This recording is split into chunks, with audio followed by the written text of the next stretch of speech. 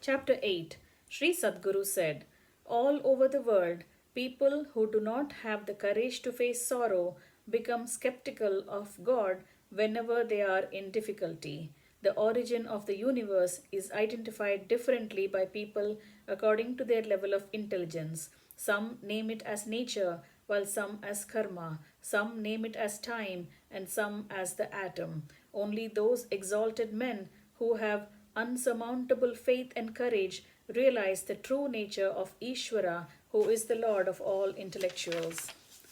The Shastras are the testimony to know that which is not known, but Shastras put forth things indirectly, so even the learned people get perplexed. Only with the grace of an aparoksha jnani, a man of wisdom who dispels doubts clearly, the fortunate one is able to see the Supreme Soul face to face.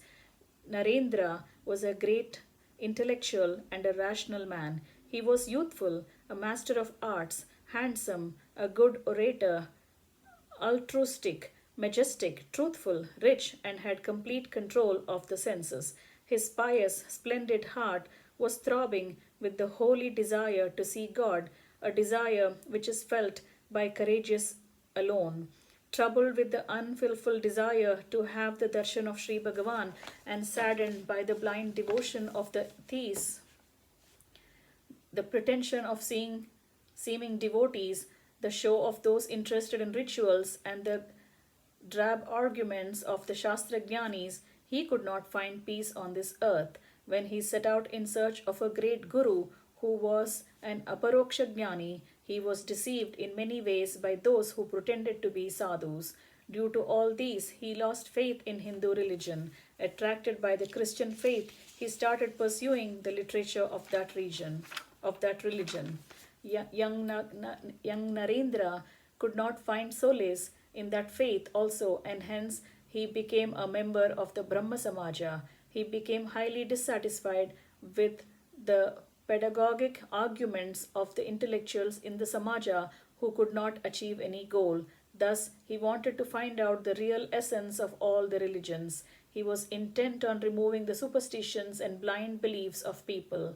Though very wise, Nagendra started ridiculing the belief in the existence of God, as he could not find a Sadguru who could enlighten him on that point. But yet, as he was by nature very pious, his heart was immersed in sorrow, born out of inability to realize God. He had heard of Sri Ramakrishna, but he could not accept all that he heard. Hence, he came to Dakshineshwaram with a heart full of sorrow.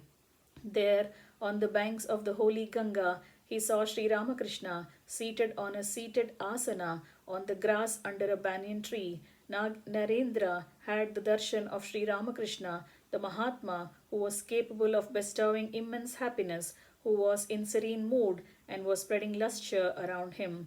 The very sight of him dispelled all darkness of doubts from the mind of Narendra, and made him develop high esteem for Sri Ramakrishna with strong faith in his holiness. He was immersed in untold bliss. Sri Ramakrishna looked at Narendra standing before him with folded hands and said the following with prem. Sri Ramakrishna said, O blessed youth, O intelligent man, you are welcome. I am waiting on the banks of the holy Ganga, anticipating your arrival only. But you are wandering all over the earth, leaving me waiting for you.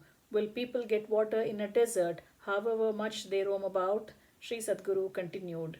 Narendra was taken by pleasant surprise at the sweet words of Sri Ramakrishna. Then he said, Narendra said, O Bhagavan, it is quite surprising to see you expressing such love and affection for me as though you knew me for the past many years. Swamiji, I meet you for the first time only now, but my love for you knows no bounds. Kindly give me the reason for that. Sri Ramakrishna replied, My child, our relationship is eternal, no doubt in it. Those who have a balanced approach to everything can know things easily. I know you earn to have the darshan of God and that you are tormented by the unfulfilled lofty desire. So you are my close relative. Sri Sadguru continued. Having spoken thus with inexplicable love and mercy, Ramakrishna placed his Abhayahasta on his head, and then and there Jagat Guru Sri Ramakrishna gave him the Upadesha of the divine mantra Rama, which is chanted by Hanuman and Lord Shiva uninterruptedly. Immediately, Narendra entered the stage of Samadhi. He had the darshan of a serene light that is eternal. Thus, Narendra got fulfillment with the merciful glance of the Guru. All his doubts had a natural death at that very moment.